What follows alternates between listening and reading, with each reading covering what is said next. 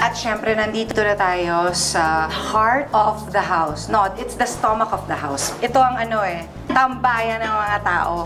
Kayo ba ganun din? Nakatambay kayo sa kusina lagi? Kami din, sa bahay namin.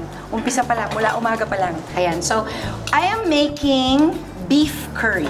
Yan. Pero we're using red curry. Diba usually yellow? Pero ito, red. Mahilig ba kayo sa curry? Yes. Ako favorite ko curry. Hindi nga. Yeah.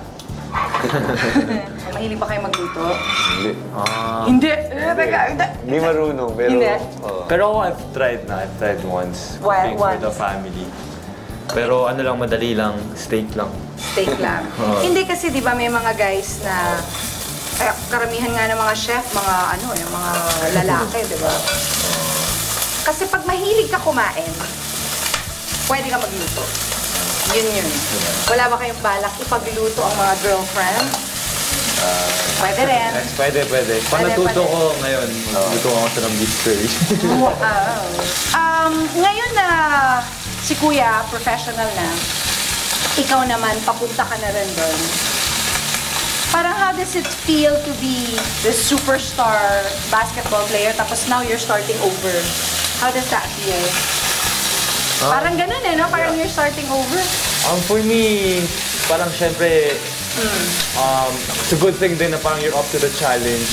Yeah. Dahil syempre, yun nga, you have to start ulit from the very beginning. Yeah. But you have to work your way to the top. So, Again. So I think it's a good thing na parang ma-push pa yung self mo para it becomes your motivation din eh, na parang may mga better players doon, so you have to work your way. Like, you have to be hardworking talaga to be on top.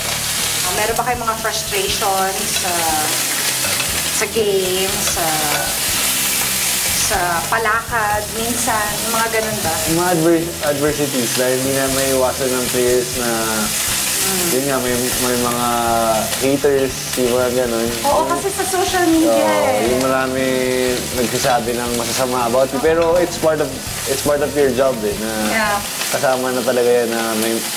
So we use that as our motivation na lang to really improve. Hindi ba mahirap pagsabayin yung school and practice and all that? Ako, I'm just glad na tapos na ako. I'm just curious. It's hard. Actually, mahirap talaga dahil, yun nga, after school, nag-training ka pa. So, medyo time-consuming rin talaga. No, plus yung amount of concentrations that you need to play a game that you also need when you're going to school. How do you do that? Now, sabi nga niya, you're just so happy you're finished. Yeah. Kasi at least nga, you can just concentrate on your game. Yes. Game. Eto, question. Pag may girlfriend ba, syempre ibang concentration din yun. Nakakasali din ba? I'm just curious also. Before kami magka-girlfriend, we made sure na understanding talaga yung girlfriend dahil yun nga, medyo limited yung time namin.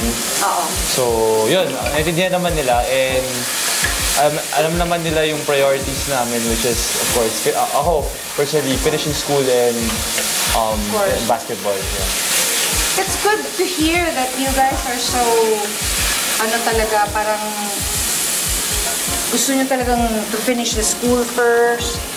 Kasi importante talaga yun eh. I mean, whatever happens, diba, kung hindi naman forever ka nagbabasketball, parang showbiz, hindi ka naman, meron din yung time, diba? Meron din binibigay sa yung time, pero kailangan talaga may fallback, ano? So now, we'll wait. We'll simmer this. Luto na siya! At syempre, patitikmin natin yung ating mga boys. Ano lang natin, i-plating lang natin. Kasi maganda rin yung nakikita mo. Hindi, halika nga, kanina ka pa nawawala. Meron tayong mga... Hello guys. Ano nangyari dito? Ha? Ay! Basta. Tawagin mo muna si Mami at si Daddy. Mami nila at saka Daddy nila, hindi mo. Mommy! Daddy! At kasama na natin si Mami at saka si Daddy. Yay! And the brothers. And the brothers. And Zoe. And Zoe. Hi Zoe! Sige, Mami, yun na. Kumain na kayo dyan. Sarap ba? Te. Yan. Luluto ko ba? Sino giluto dito, mami?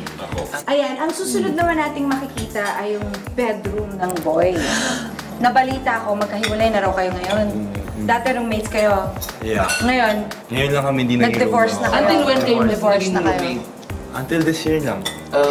I mean, this year lang kami nag-start na mag-sariling room. May separation anxiety ba na gano'n? Meron. Yung maghiwalay nila sa... Pero minsan nagkasama pa rin kami in one room. Yun eh, ayan.